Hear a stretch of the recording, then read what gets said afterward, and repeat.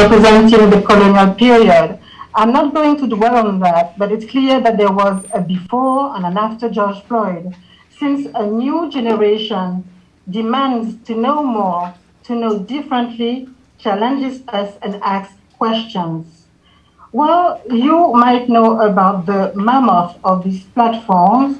We can mention Know Your Caribbean, but in fact, there is a whole jungle of contributors present on different platforms. And today we can say that each Caribbean community, several individualities express themselves via these networks. Let's have a quick look of a short selection I did. There are all accounts I myself follow on Instagram, and I chose Instagram, even though you can find that type of content on social media like Twitch, YouTube, Twitter, and now the one which is growing is TikTok.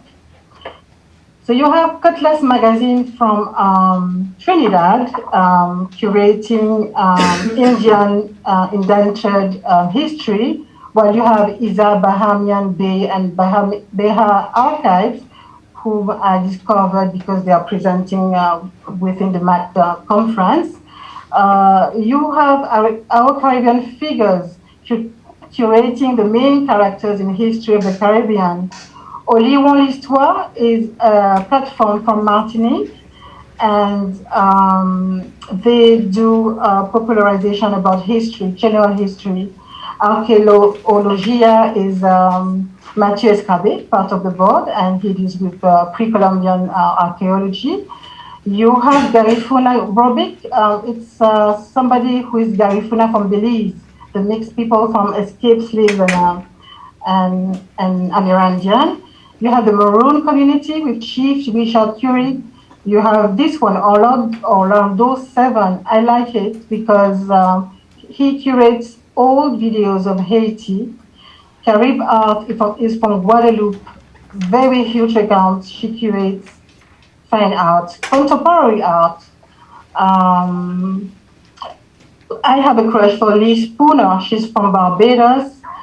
And of course, my account here at Creole. So let's talk about the mastodons, the big ones, the prescribers. You know, I suppose you know your Caribbean. She's big. And well, this morning, this figure has changed. She's 214K this morning. That's in a week time. And she curates, as she says, snapshots into Caribbean history. And she's also a consultant now, and she defines herself as a cultural ambassador. She's from St. Lucia. Kofi Jo is from Martinique. He curates language Creole based on French, well, the Creole. And he's very much dedicated into that. And he has now, he anchors a radio show here in Martinique, and that's very recent. So you see his achievements, 111K followers in very few months. You have the enthusiasts versus the institutional. I found it interesting. This guy, Jeremy, he's from Louisiana. He's a collector. He buys items from auction houses. But what I like about him is that he conveys history, French colonial past of Louisiana and stuff. That's nice. And take a look at Eco-Formlac Official, just to illustrate something I want to put out. Sometimes you find that small accounts do better than institutional ones. So I chose IFOCOM. It's not like just to illustrate, it's an example. But if you take a look, I draw your attention on this, you'll find that Instagram accounts run by institutions, Caribbean institutions, don't do better than like this one. He's an enthusiast. La Fleur Curieuse is from Martinique. She deals with Obea. It's very interesting, very disturbing, fascinating, 20K. And Liz Pula, she's a student from Barbados, and she curates history of Barbados. Well, that's my account here. So it's about, I focus on sitters and history of art of the French Caribbean because I don't master everything. Focusing on the history we don't know, we have not been taught, and discoveries about history of art within that sphere. Histoire Caraïbe, she has a nice angle. She deals with genealogy. People send photos of their family and talk about their family transmission. That's specific. So well, all of those accounts pursue one objective, as we may imagine, to make visible the specificities, to revisit the past, to share the history of their own Caribbean nation or history of Caribbean art. The objective is to assert oneself on basis that we tended to forget or to know badly. The museum thing, the historical thing, is no longer into the only hands of academics. The digitization of archival resources allows and facilitates access to historical sources, and you and I can pick up and share bits of knowledge on topics we relate to personally. So this offer and its consumption grows, creators become research consultants, and platforms evolve very quickly. Yet, it is still difficult to give a precise number of Caribbean cultural content creators on social networks, and maybe we can imagine that a survey could be relevant, since the very definition of creator of cultural content may vary. What is for sure is the impressive shooting force they represent that makes it possible to reach an audience in no time, which can drive us to think that understanding how these creators use new technology, understanding the digital strategies that make them successful, and identifying how they can be quality support to promote cultural and historical diversity and Caribbean artistic expression can be of interest. They have a strong expertise in contemporary audiences with an ability to adapt to the changes, expectations, and behaviors of their audience. It is a precious skill. It's also necessary to observe and ensure the respect of copyright and intellectual property online. I often ask myself questions when I publish. We must also mention groundbreaking new knowledge on general history and history of art during the colonial and post-colonial period. New lenses provide with amazing knowledge, the one we thought we knew and the one yet to be unveiled. So when we go into this consideration of sharing, popularizing historical, cultural knowledge, we must remember what is a core aspect to this task, which is why conferences like this one right now are for. They are to discuss accuracy, reliability of work of professionals of museums. That's the whole dedication of specialists like you all. Therefore, what about these contributors who have become prescribers, influencers, opinion leaders? Because dissemination is not without risk. It is an exercise that itself responds to an ethic. We are addressing a double challenge. First, isn't it presumptuous for contemporary writers to take on the role of storyteller? I'm asking. And at the same time, there is a necessity to fill in the holes left by historical silences and silenced voices. So now is a time for a demand and the possibility to curate from home. However, when simplifying a subject, isn't it a risk of losing depth and precision and not giving a complete and objective picture of reality? Simplifying can distort individuals' understanding, omit important details, or give a biased view of reality, which can lead individuals to misperception of the subject. Misperceptions can lead to conflicts or divisions. I was asking myself while writing all this, well, actually, isn't it what happened with chronicles and articles left by writers of colonial times, for instance? Isn't misperception at the root of the too long spread narrative about the region?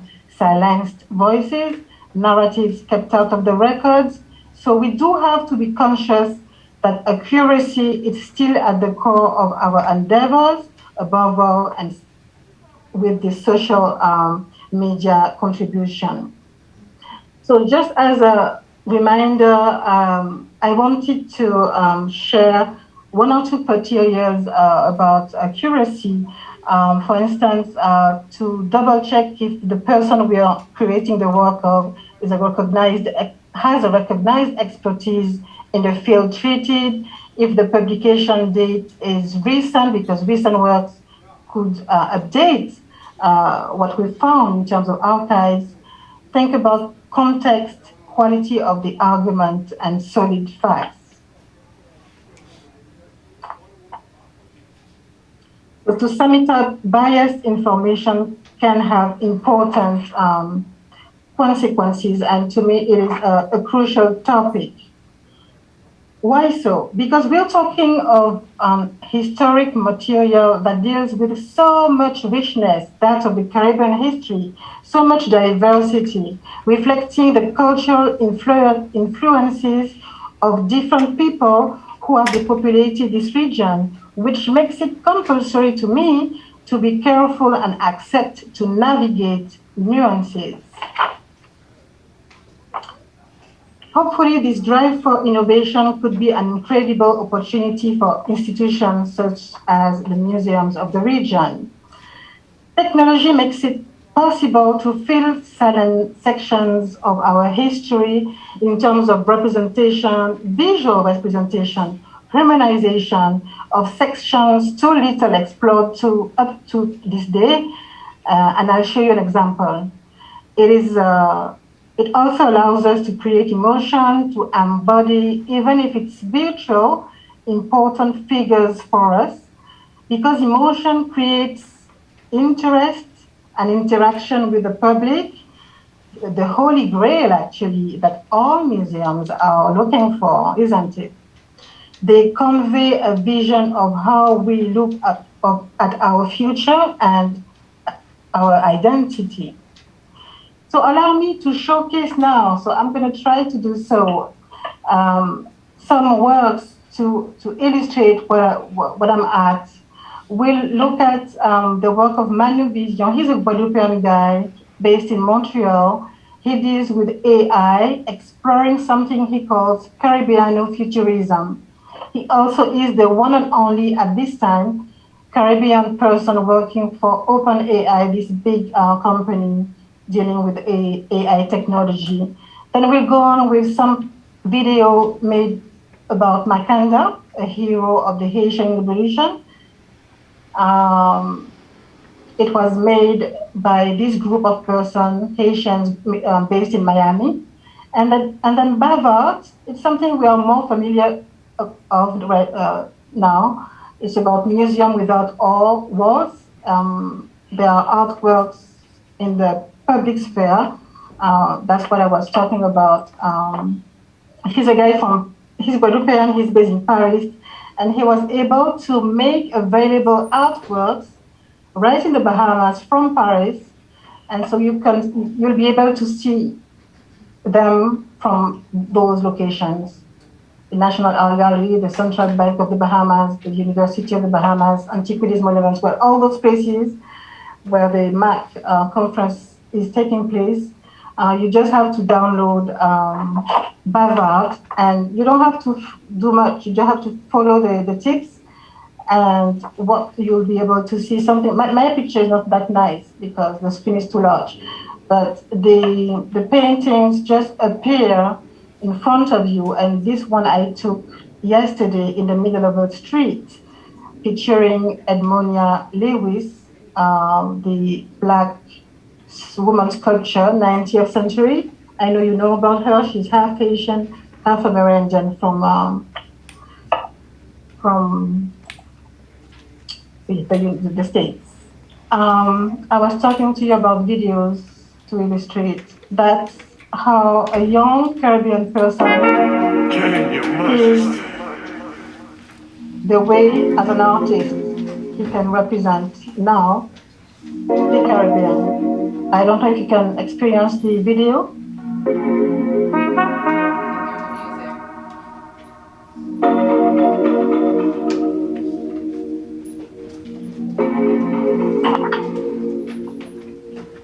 Nadine, we can hear the music, yes? But we're not seeing anything. Sorry? We can hear the music. And you can't see it, right? We can't see it. Okay, let me do something. Okay, I have to unshare and share again. Thank you. So I'm gonna go here and okay. Tell me, you see something? No. Yes? Do you see something? Just your computer.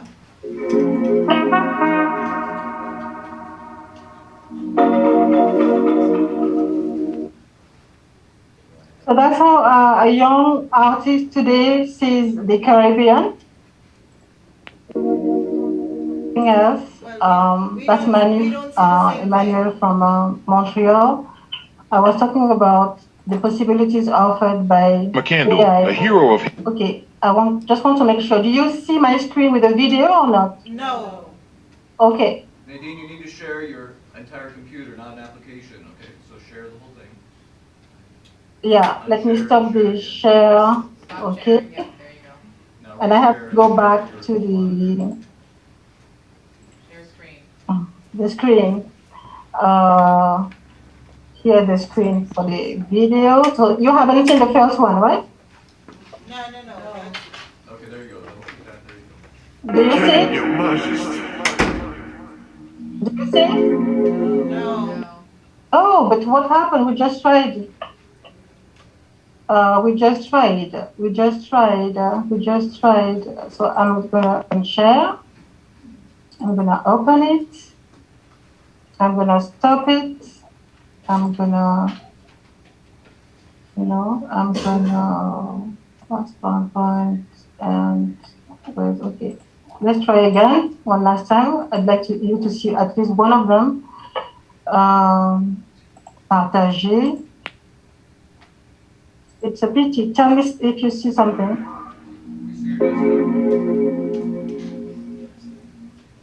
Just tell me, let me know. No, we're not seeing anything, Nadine. Let's go on. Okay, so if you have like the video full screen, maybe you have it playing on a separate desktop and you need to drag that video over. So we saw like a little black box in the left-hand corner of the screen. Maybe if you try dragging that to the right, that might work. Can she hear you? That's weird because my thing is paused. Reprendre le partage. Let me see. Well, I would like you to see at least one of them. Nothing. It is in pause. I have something about pause.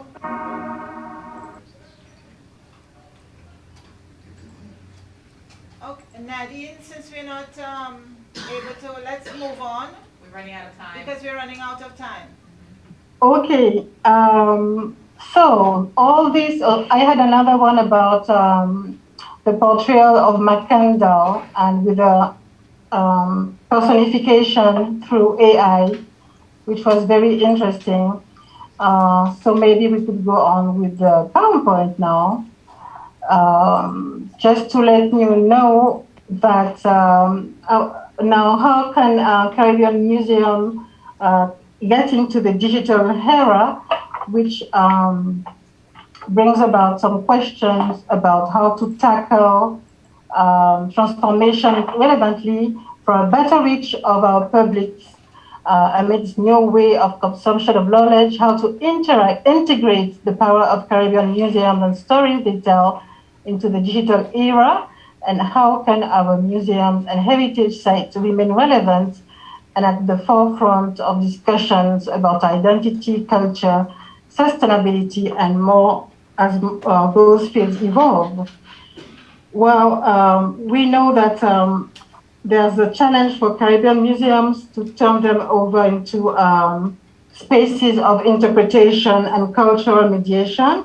And maybe all this online ecosystem on digital could favorably influence the way museums are perceived by our communities.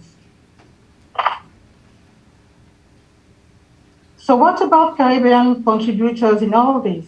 Well, it is a safe bet that museums could draw inspiration from their practice, actually, or even associate with these contributors. As I said earlier, these creators have a solid expertise in contemporary audiences with an ability to adapt to the changes, expectations, and behaviors of their audience. As a conclusion, I'd say that non-institutional cultural mediation must not be marginalized, and it is by creating spaces for dialogue between all these Caribbean cultural actors that we might succeed in building the Caribbean representation and engagement we are expecting, keeping in mind that this Caribbean uniqueness based on complexity and constant navigation on nuances of all kinds obliges us to pay attention and to put a maximum of effort on rigor for the benefit of the new narratives we are advocating together, both institutional and non-institutional, from the Caribbean. Thank you for your attention. I'm sorry for the video.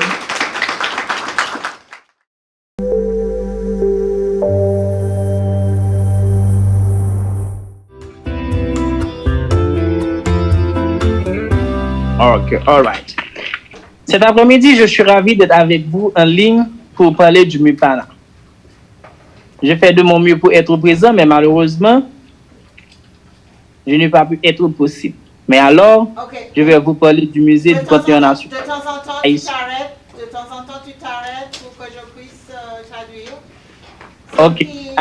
He tried everything to be here with us today, but unfortunately he wasn't able to.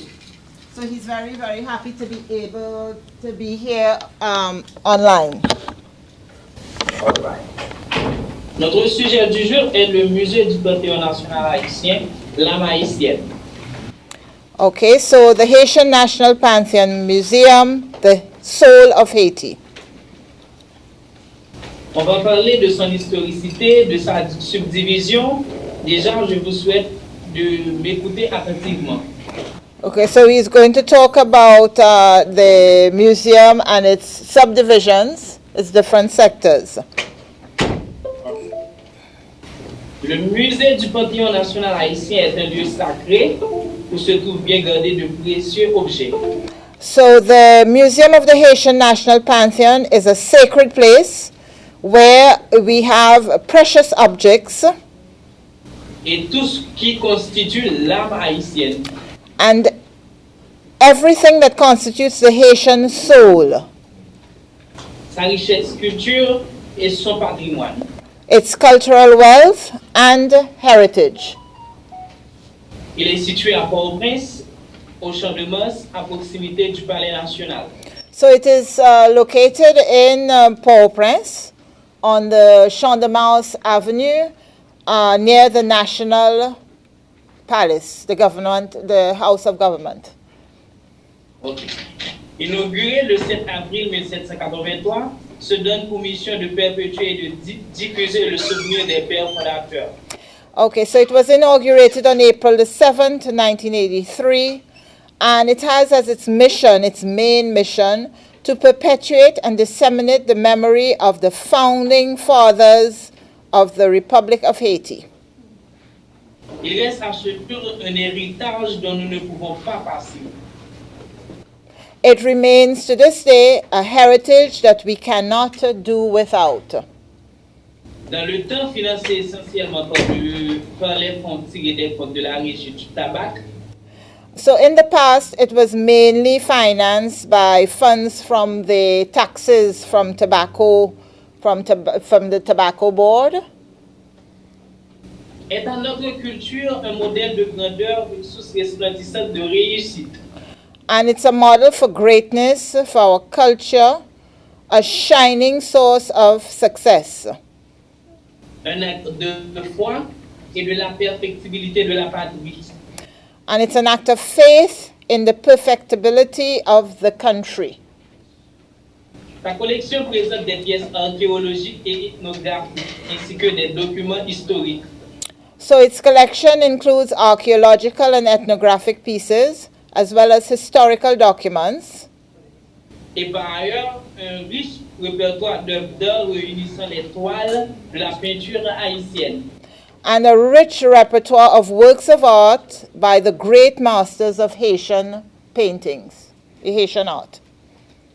Le MIPANA est bien paralysé, tout comme toute autre institution du pays, à cause de l'instabilité que connaît mon pays ces derniers temps. So the MUNIPA is completely paralyzed, as a lot of other institutions in the country at this time, due to instability that the country has been experiencing lately.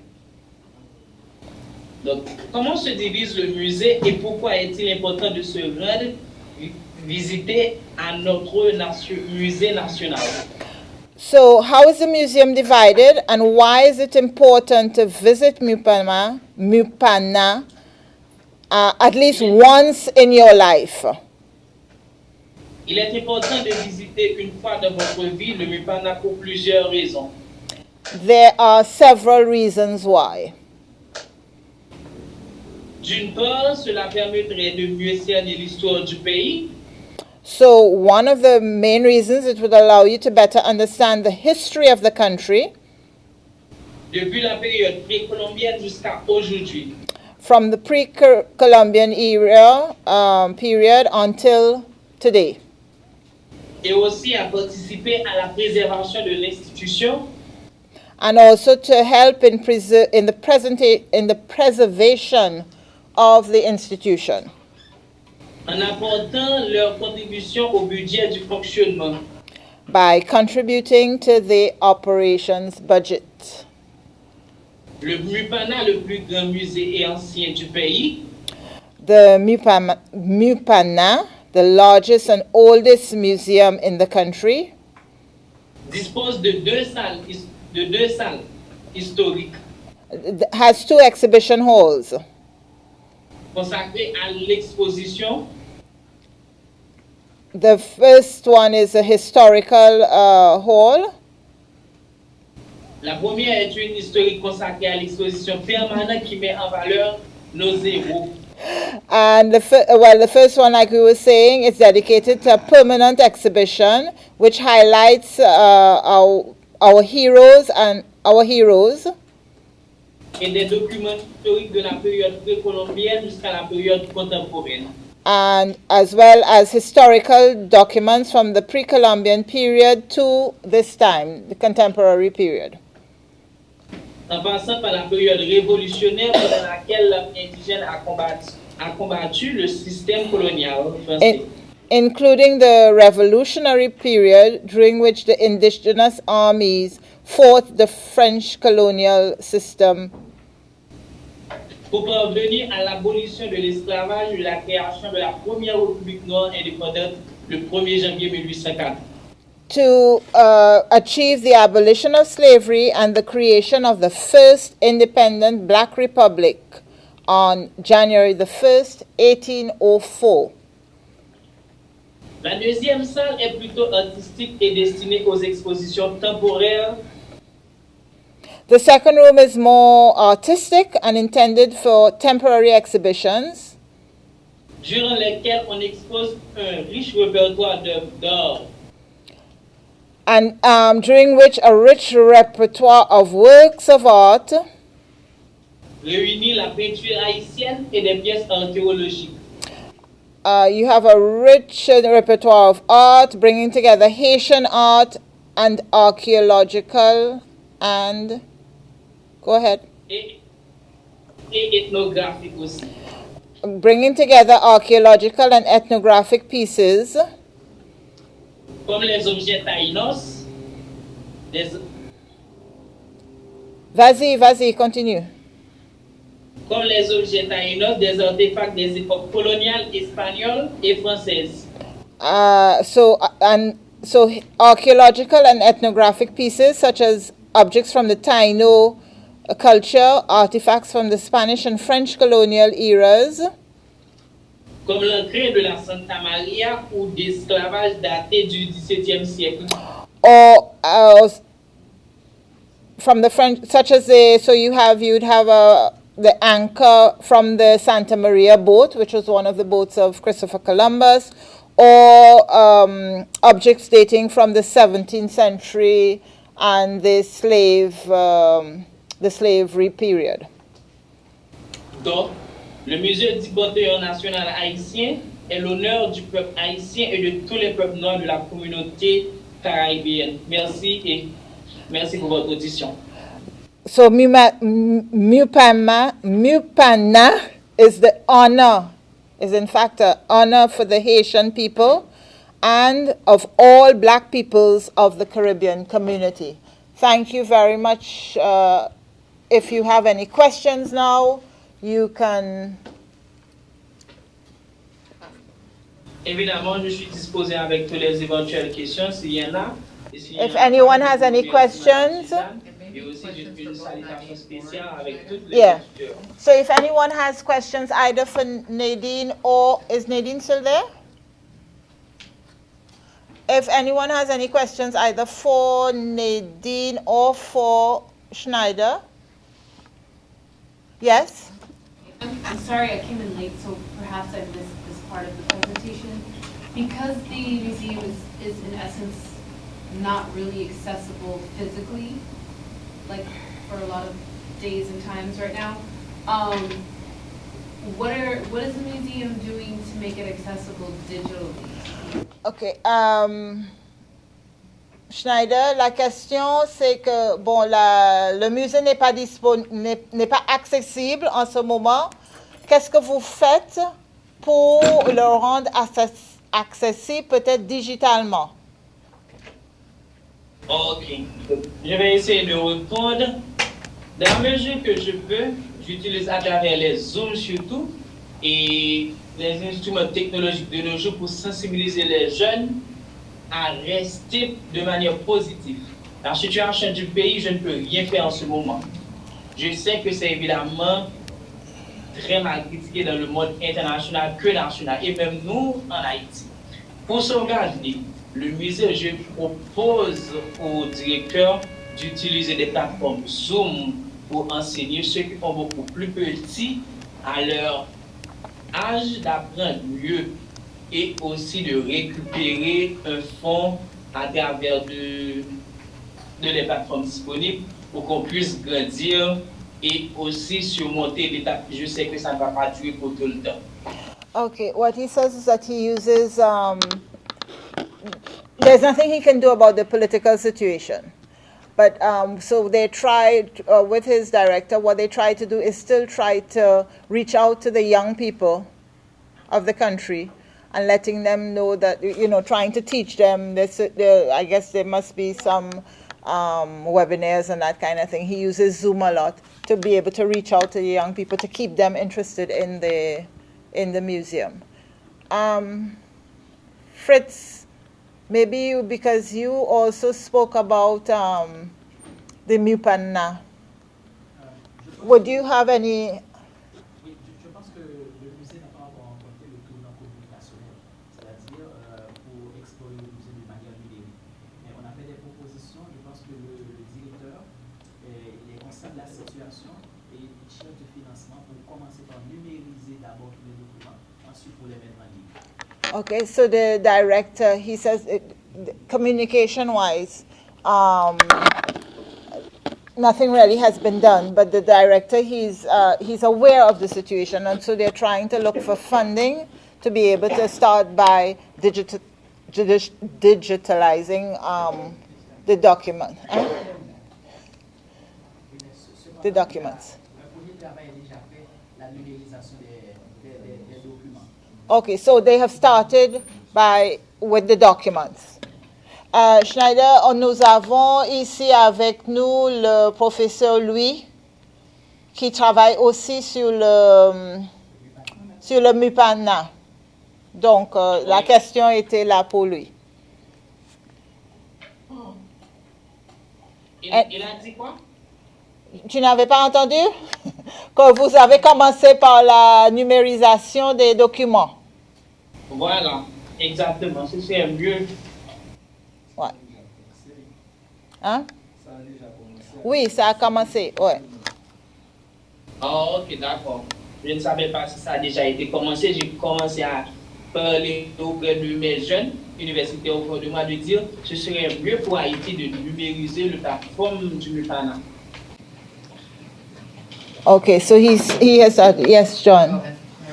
Go ahead. No, you go first. My question is for Nadine, actually. Nadine, are you there? Yeah, so I think your data is very fascinating about how good influencers have been doing, the good work influencers have been doing on social media to bring attention to Caribbean history and culture. I think it makes, like, for an argument that institutions should be hiring these people, right? And, bringing them into their spaces and to do the work rather than thinking of them as competition, right? I mean, that's just a thought that I've had as you were speaking about it. And I'd love to hear more what you think about that, or whether you think that it's better for them to stay on the outside. Yeah, well, maybe it's something we can discuss, but I don't even have the impression that institutions right now in the Caribbean feel that there's a competition. I feel that they are not taken seriously, they are not identified. To me, so far, it's a question and an opportunity that is not being addressed.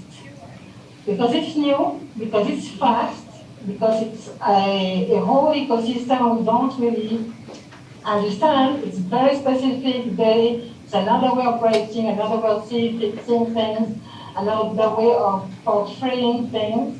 It's a picture I wasn't able to share the MACConBahamas portrait made by AI technology. And it's an opportunity to embody characters from our history that we have no images of, but still we know the importance of images for young publics, but for adults too. So yes, I agree with you. I think that even if it's not like you hire that person or this person, because the Caribbean is a team. Maybe you could do like collaboration from time to time, on specific exhibitions, specific operations, at least that, and maybe upgrade the people who do curate on social media for the institution, because the results are there's a lot of work to be done. It's once again, it's a very specific way of writing and editing. Thank you. Thank you. That was more or less. It was very similar. Yeah, I was going to ask whether there have been examples of working with influencers. I know we've tried it a little bit on the continent, and I work at the African Art Museum in DC, so we've tried with influencers on the African continent.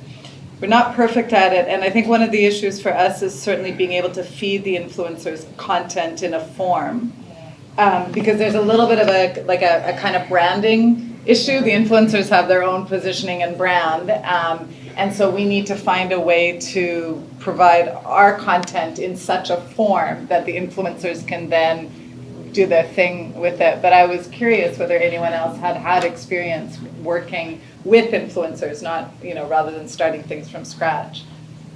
That was really a question to the room. Well, it doesn't seem so. I mean, it seems to that. Yeah, it seems so. Yeah, so I work at the Perez Art Museum in Miami, and we do partner with influencers to come in and cover, exhibitions or just like social happenings at the museum, like really situating it as like a social place first.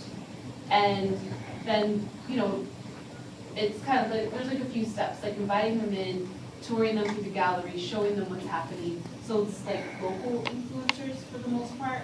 And then giving them information on the exhibitions, whether it's like emailing it to them so they have like certain factual details, but then also giving them agency to like say it in their voice. I don't know if you can translate. How does that work for you? It's great. It's working well. Yeah. And also I would add just one more thing to that, like I think it's important to also think about platforms that are not typically utilized for traditional social media. Like I think in Haiti, using like WhatsApp as a social media platform is great because everyone has it, Android, Apple phone, whatever. WhatsApp can be a form of social media. It's easily passed around. So. Yeah. Do you have examples of people using WhatsApp in that way? We haven't used it at PAM, but we do it here. Yeah, you do all it the here? time. Oh. Yeah, like there would be, so I know at the National Art Gallery, someone who worked there, I would often get all of her WhatsApp, like graphics up. She doesn't work there anymore, but so I don't get them anymore. And I think what happens is like, when we don't think that that's even something to put budget towards or even give someone a position to do it in an institution, like we, instead of, traditional marketing or communications is fine, but you can't also give that person the burden of social media because social media is just its whole own thing now. Like there's so much to learn about the ads and the algorithms and like reels. So I have I'm not an institution, I just run a community art space, book art center here, but I spend most of my time like creating my own content and learning reels, and I'm doing photographs and everything, and it takes a lot of time. It's taking over my creative practice. I don't even do that anymore. I'm just a building manager and a social media manager now, and I answer emails. So it's like, I just don't think we take it seriously enough here. There's not even any idea of competition. I wish that we did take it more seriously here. But I send my things out on WhatsApp too. I have like a WhatsApp distribution list as well, because everyone uses WhatsApp here. Yeah, and now they have WhatsApp stories. So yeah, it's the whole thing. Yeah. Yes?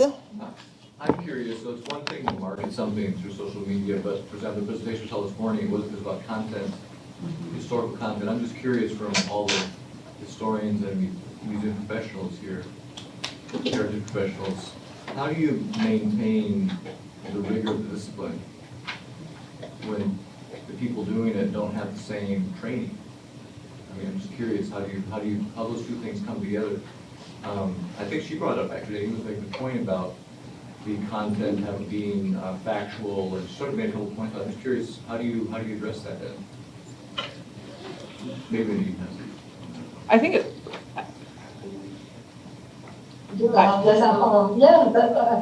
That's the question. I think it's not also caring that much. It's not also? It is an exercise in itself. It is, I don't know, maybe Susan would help me with that, la vulgarisation scientifique, la vulgarisation. Dissemination? I guess. Of content, or you don't know, if you don't know, you don't know.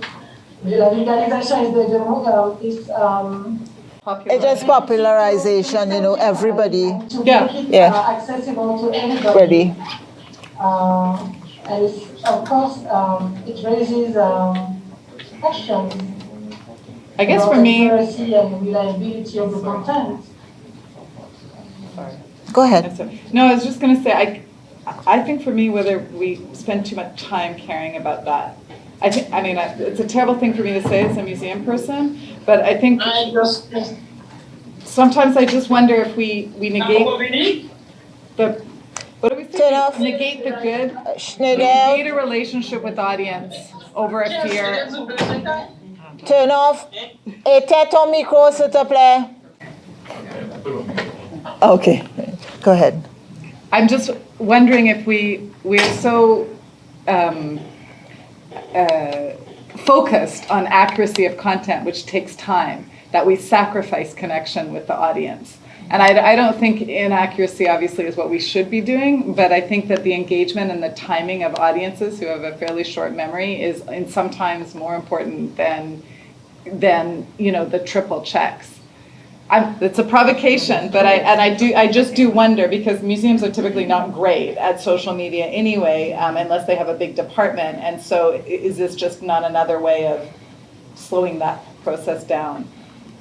I can also throw something out there. I think that you have to decide what is it that you want from this social media.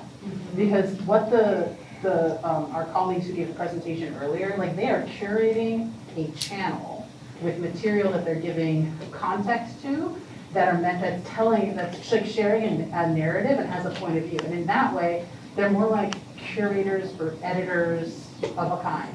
Whereas the other version of like letting the public know, we have this going on, there's this thing for you to see, requires a different kind of skill set and a different approach. And so I think that trying to make the latter into the former doesn't help anybody, right?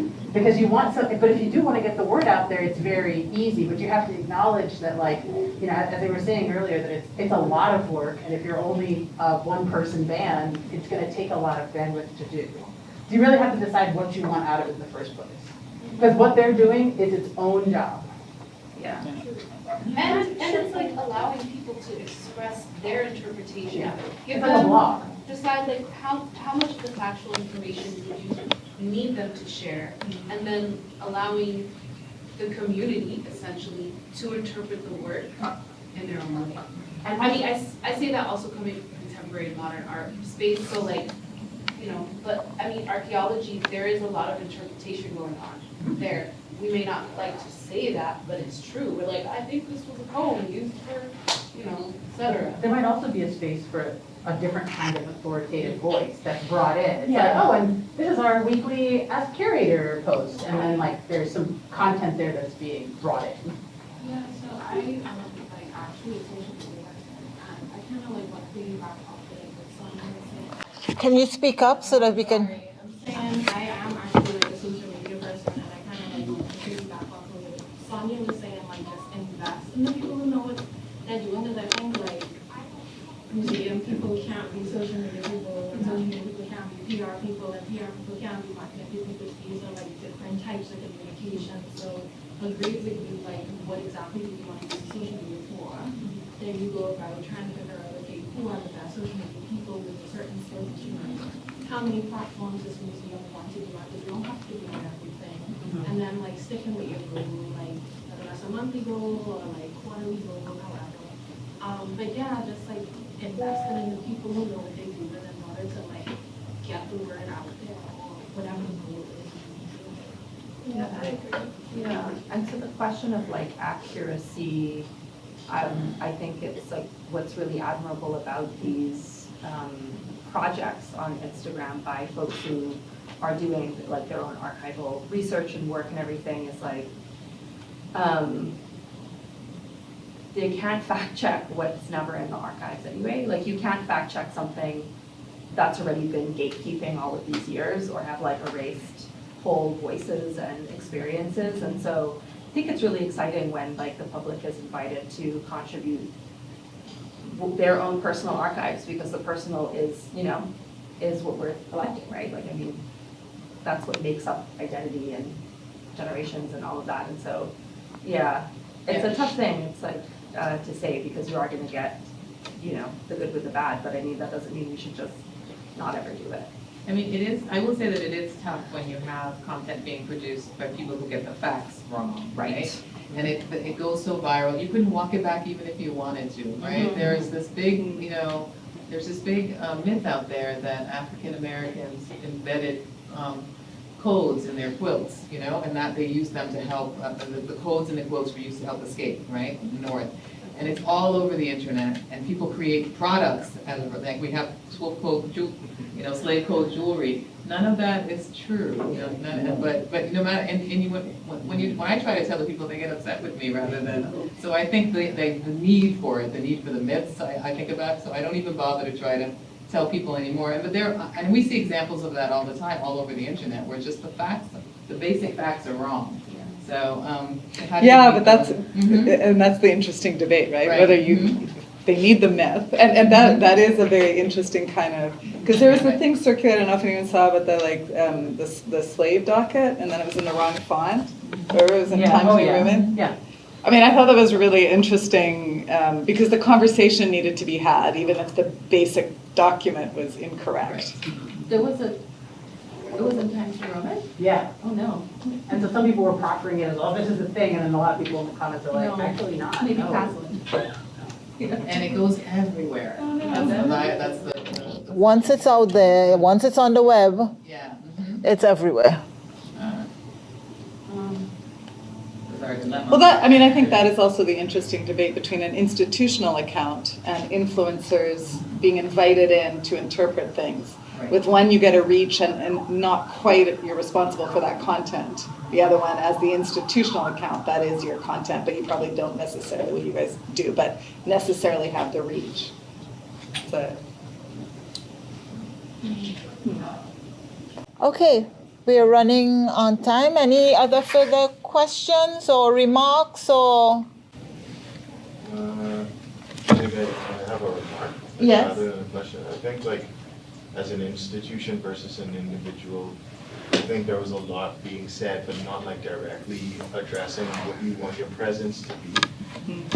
What is your purpose as an institution? Like, are you going to be distributing a historical record? Are you inviting people to have a cultural record, like which is different, which is a story, which is an opinion? Like, what are you actually trying to make other people know? Because ultimately, social media is just communication. Like, you have something to say, and this is my vehicle for saying it. So, what do you want to say?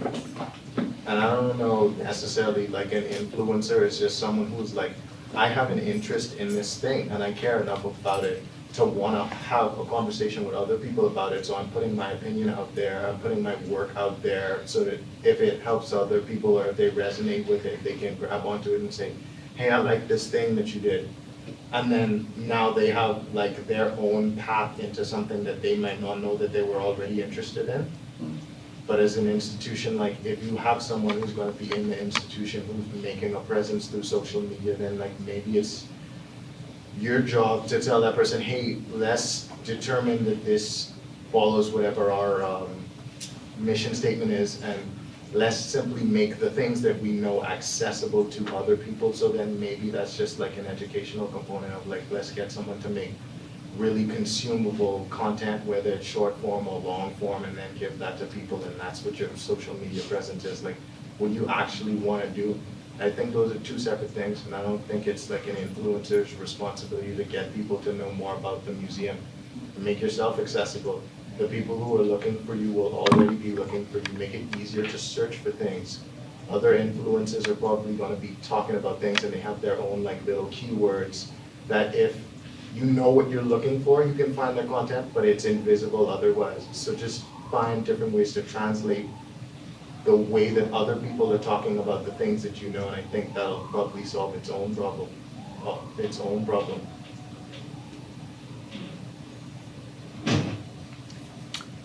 Thank you very much for your remark. Thank you very much,